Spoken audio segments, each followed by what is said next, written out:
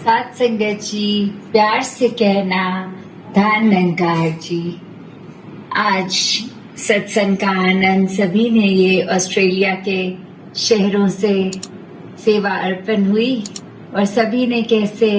चाहे भिन्न भिन्न शहरों में रहे फिर भी वो कोऑर्डिनेशन वो करती इतनी अच्छी तरह से ये रूप आज सामने आया। कैसे हर एक के भाव मन के परमात्मा पे ही आधारित, इस निरंकार पे ही आधारित, और किस तरह वही दृश्य जब दासी एनवाईएस के लिए भी ऑस्ट्रेलिया आई तो वही भाव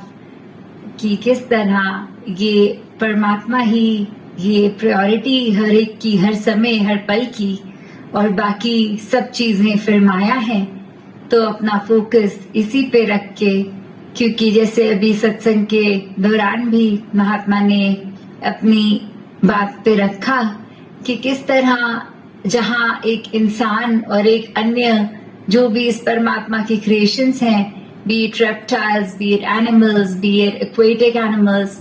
कि कैसे हर एक ने जहां वही करना है कि एक लाइफ साइकिल है हर एक की, पैदा होके ये जाना जरूरी है।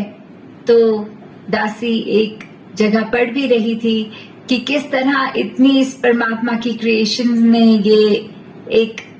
इतनी फर्क कि कहाँ एक मे फ्लाइज जो होती हैं उनका एवरेज लाइफ स्पैन जहाँ 24 आवर्स या उससे कम ही होता है, और वहीं हम जहाँ टर्टल्स एंड टॉर्टोइज देखते हैं वो 100-200 साल तक उनकी जिंदगी। तो वो सारे कार्य वो 24 घंटे की अपनी एक लाइफ साइकिल पे भी वो इंसान नहीं एक वो कर रही है इंसेक्ट, कैसे वो पैदा होके वो अपनी शरीर का त्याग भी हो रहा है उन 24 घंटों में, और कार्य वही सब जो ये 100 साल की उम्र में वही टर्टल और टॉर्टोइज भी कर रहे हैं। तो उसी ओर अगर इंसान पे नजर डाली जाए तो एवरेज एज स्पैन चाहे 60, 70, 80, 90 जितना तक भी है एक इंसान का, तो उसमें हमने क्या अलग करना है जो बाकी एक अन्य जानवर नहीं कर रहे। तो वो इस परमात्मा की प्राप्ति इसी शरीर में हो सकती है जब तक हम हैं। अपने हम निज घर को, इस स्वरूप को जानकर अपना भक्ति का जीवन का आरंभ कर सकते हैं, अपनी असली पहचान कर सकते हैं। तो जब ये ब्रह्म ज्ञान की दात झोली में आ गई तो उसके बाद फिर एक हमें अपने चरित्र में ही प्यार, सत्कार, विशालता, नम्रता, एक दया भावना, एक सहनशीलता, ऐसे बहुत ही गुण जहाँ लाने चाहिए वहाँ एक सत्वचन का भी रूप, कि सिर्फ ये नहीं कि किसी कुछ गिनती के ही अगर व्यक्ति महापुरुषों ने कुछ कह दिया तो वो सत्वचन मुंह से निकले, पर हर कोई ब्रह्म ज्ञानी जो इस निरंकार का ही स्वरूप, इनके मुख से कुछ भी आए वो हमारे लिए वरदान ही है। तो हमने हर एक के ही आगे वो सत्वचन करके, और जहां अगर लग रहा है कि कोई एंटी एलिमेंट्स अगर हैं तो वो कैसे हमारी सत्वचन के भावों में अगर एक भाव ऐसा डाल रहे हैं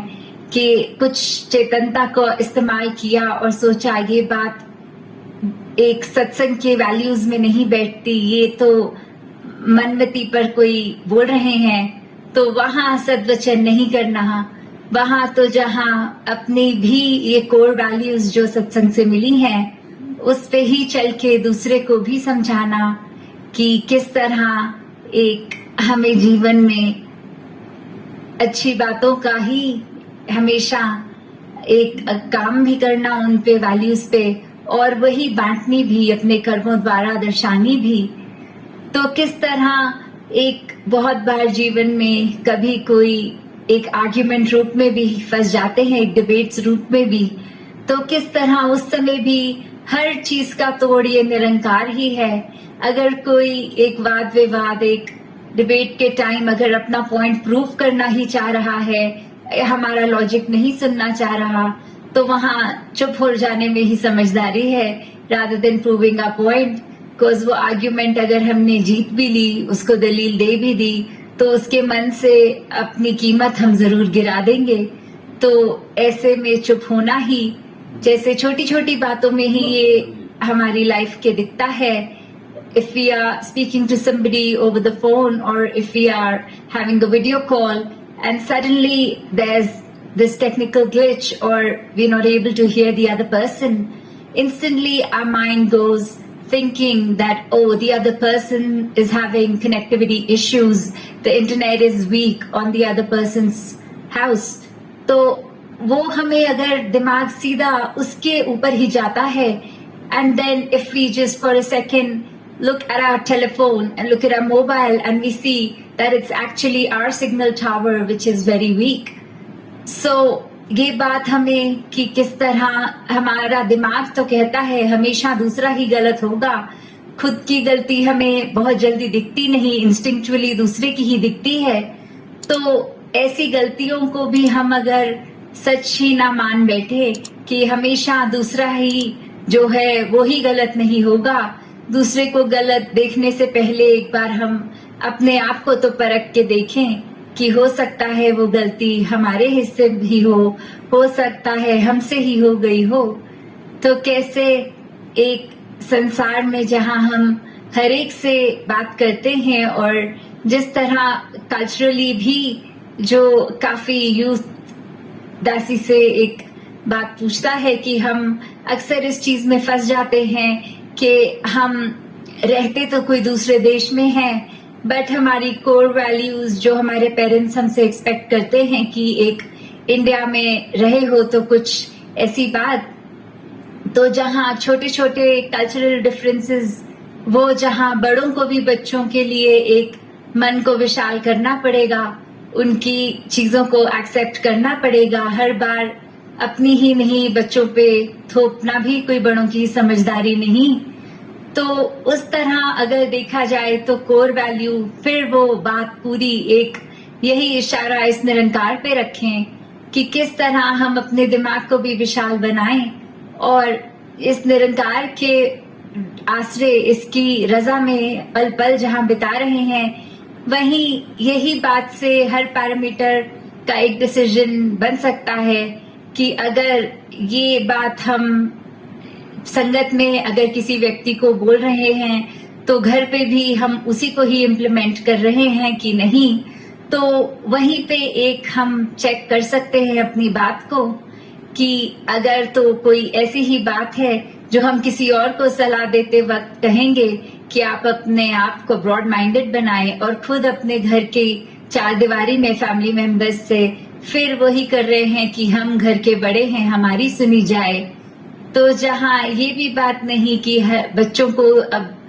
पेरेंट्स के और भी देखना है, उनका भी देखना है कि वो अगर कोई बात कह रहे हैं तो वो बात का रूट कॉज क्या है, वो एग्जैक्टली मैसेज क्या देना चाह रहे हैं। तो एक उस टाइम आपसी बच्चों से भी डायलॉग करके, एक आपसी बातचीत करके एक मिडवे पे सोल्यूशन जरूर निकल सकता है जहां उनको भी वो लिबर्टी फील हो और एक हमारी भी बड़ों की बच्चों पर कोई जबरदस्ती का कुछ थोपा ना जाए। तो इस तरह जहां जो बात अगर निरंकार ने हर एक को इतना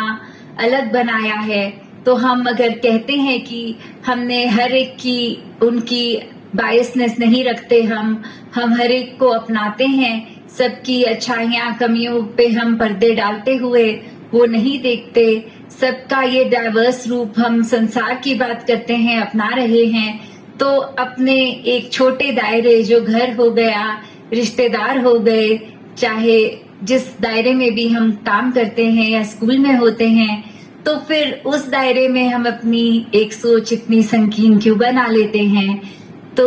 हम शुरुआत इतनी बड़ी बात कहने से पहले कि पूरा संसार ही हमारा परिवार है, अगर वो छोटे दायरे को ही नहीं अपना पाए, उनकी ही ये अलग बातें हमें अटपटी लगने लग जाएं, तो एक हमें भी अपने दिमाग से सोचना, उनके साथ अपना रिश्ता सुधारने के लिए एक आराम से उनसे बैठ के उनकी बात भी समझना, that where are they coming from, वो समझकर फिर उस पे एक्शन लेना ही तभी एक बात भी जो दो तरफी होगी उसका एक अच्छा रूप निकलेगा। और इसी तरह हम सब अगर ये आगे भी चलेंगे संसार में तो भी सिर्फ बोलने की बात नहीं रह जाएगी, पर वाकई ही हर एक को अपना सकेंगे, चाहे उनकी सोच हमसे कितनी अलग हो, चाहे वो पहनते खाते पीते रहते कहीं भी हों। तो हमने हर पल यही कोशिश करनी है कि जितना प्यार हम कहते हैं हम इस कादर से, इस निरंकार से करते हैं, तो उसकी कुदरत से भी उतना ही प्यार, फिर चाहे वो एक एनवायरनमेंट की तरफ ही क्यों ना नजर उठा के देखा जाए कि जहाँ एक इतनी अवेयरनेस आजकल सभी को हो गई है कि कहीं पे एक्स्ट्रा कचरा नहीं डालना, सस्टेनेबिलिटी की बात होती है, वहीं एक हमने इस संसार को भी जिस रूप में हमारा जन्म हुआ जब संसार में, तो जो हमको इतना प्यारा नेचर मिला, तो ये भी हमने इतना खराब नहीं करते चले जाना। जिस टाइम हमारी ये विदाई हो संसार से, तो इस संसार का एक फिजिकल रूप भी हमने ब्यूटिफाई ही किया हो, ना कि अपने लिए सिर्फ वो रिसोर्सेज यूज करते गए और वो इस पर्यावरण के लिए कुछ किया ना हो। तो दातार जहाँ हर एक पे कृपा करे कि मन अंदर से और बाहर से और संसार को भी उतना ही है, हम एक के हैं, एक को जानो, एक को मानो, एक हो जाओ। तो वो एक होने की बात कि एक अगर इस निरंकार का ही आसरा है, सभी इसके हैं, तो जब इससे एक हो गए, ये वननेस विद निरंकार है, तो फिर वननेस विद जो पूरी एक सृष्टि है उससे भी होना है।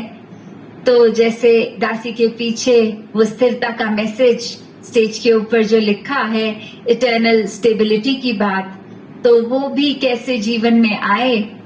जब हमने एक हर उतार चढ़ाव से कैसे हम बोले कि हम अब उभर गए हैं, चाहे कोई भी सिचुएशन हो, वो आके लंजांदी आने वाली बात कि कैसे ये कोई भी उतराइयां चढ़ाइयां फिर जीवन की इफेक्ट नहीं करती जब इस परमात्मा के साथ हम जुड़े हुए हैं, जब इस निरंकार के ही हम हर पल भाने में हैं, इसी की रजा हर एक चीज में देख रहे हैं। तो फिर चाहे वो शरीर रूप, चाहे आर्थिक रूप, किसी तरह की भी जो भी दिक्कत अगर है, वो एक भक्त मान लेता है ये टेम्पररी है, उसको अपने ऊपर इतना डीप असर नहीं होने देता कि पीस ऑफ माइंड उससे खो दे, एक मन की स्थिति डिप्रेसिव हो जाए। तो कैसे हमने हमेशा स्थिर निरंकार के साथ ही स्थिर होना है और उसी से फिर हमारी हर एक चीज उस पे जब आधारित है तो जीवन वाकई ही एक सुखमय होगा, वाकई ही हम हर एक से सच्ची मोहब्बत कर सकेंगे। और ये शुरुआत मोहब्बत की, पहले अपना रिश्ता इस निरंकार से प्यार से भर लें और स्वयं से प्यार करते हुए घर के सदस्यों से, दोस्तों से, अन्य जो भी सर्कल्स हैं उनसे, और फिर इस संसार से।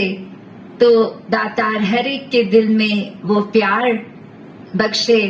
और जो हर एक के अंदर है उसी की सच्चाई, यही निरंकार, इसी पे, इस सच्चाई पर टिककर अपने आप को केंद्रित रखें। दासी इसी अरदास से